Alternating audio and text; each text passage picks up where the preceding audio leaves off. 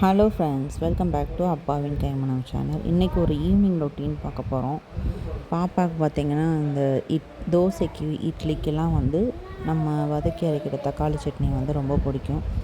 சரி, அதுவே செஞ்சு கொடுத்துடலாம் அப்படின்ட்டு அந்த சட்னி அரைச்சிட்டு இருந்தேன். இது ஏற்கனவே நம்மளோட சேனலில் இருக்குது ரெசிபி, வேணும்னா பார்த்துக்கோங்க. லிங்க்கும் கீழே போடுறேன். இது என்னோடய ஸ்டைலில் சிம்பிளாக கொஞ்சம் உளுந்தம்பருப்பு, கடலைப்பருப்பு, வெங்காயம், தக்காளி, வெள்ளைப்பூடு, அப்புறம் கருவேப்பிலை, கொத்தமல்லி எல்லாம் போட்டு அரைச்சிருப்பேன். இதெல்லாம் அரைச்சிட்டு தோசையில் நல்லா நெய் ஊற்றி ரோஸ்ட்டாக ஊற்றிட்டு பாப்பாவுக்கு ஊட்டி விட்டுட்டு அப்படியே சூரிய வம்சம் படம் போட்டாங்க கேடிவியில். அதை பார்த்துட்டு இவளுக்கு சாட்டர்டே சண்டேயில் ஏதாச்சும் ஒரு கிராஃப்ட் ஒர்க்கோ இல்லை ஏதோ ஒரு கலரிங்கோ ஏதாச்சும் ஒன்று நம்ம என்கேஜாக வச்சுட்டோம் அப்படின்னு காட்டுறதுக்காக ஏதாச்சும் ஒரு ஒர்க்கு செஞ்சு கொண்டு போனால் ஒரு ஸ்டார் குத்தி விடுவாங்க யூனிஃபார்மில். ஸோ அதை செய்வோம். எப்போயுமே கலரிங் அடிப்போம்.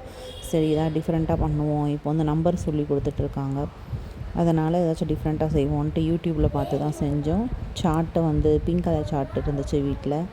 அதை குட்டி குட்டியாக கட் பண்ணி அதில் அவுட்லைன் கொடுத்துட்டு 1 2 3 அவளே எழுத சொன்னேன். ஸ்டார் மட்டும் அவளுக்கு போட தெரியாது.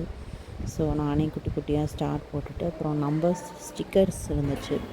அதை அவளே 1 2 3 4 10 வரைக்கும் ஒட்டிட்டு அதில் சின்னதாக ஒரு ஹோல் போட்டுட்டு எல்லாத்தையும் சேர்த்து ஒரு கீ செயினில் மாட்டி விட்டுட்டோம். ஸோ சாட்டர்டே இப்படி தான் போச்சு சாயங்காலம். இப்போ பார்த்திங்கன்னா எங்கள் ஊரில் கொஞ்சம் லைட்டாக வெயில் கொஞ்சம் அடங்கி கொஞ்சம் மழை தூரிகிட்டே இருக்குது. அவ்வளோதான். Okay friends, bye, good night.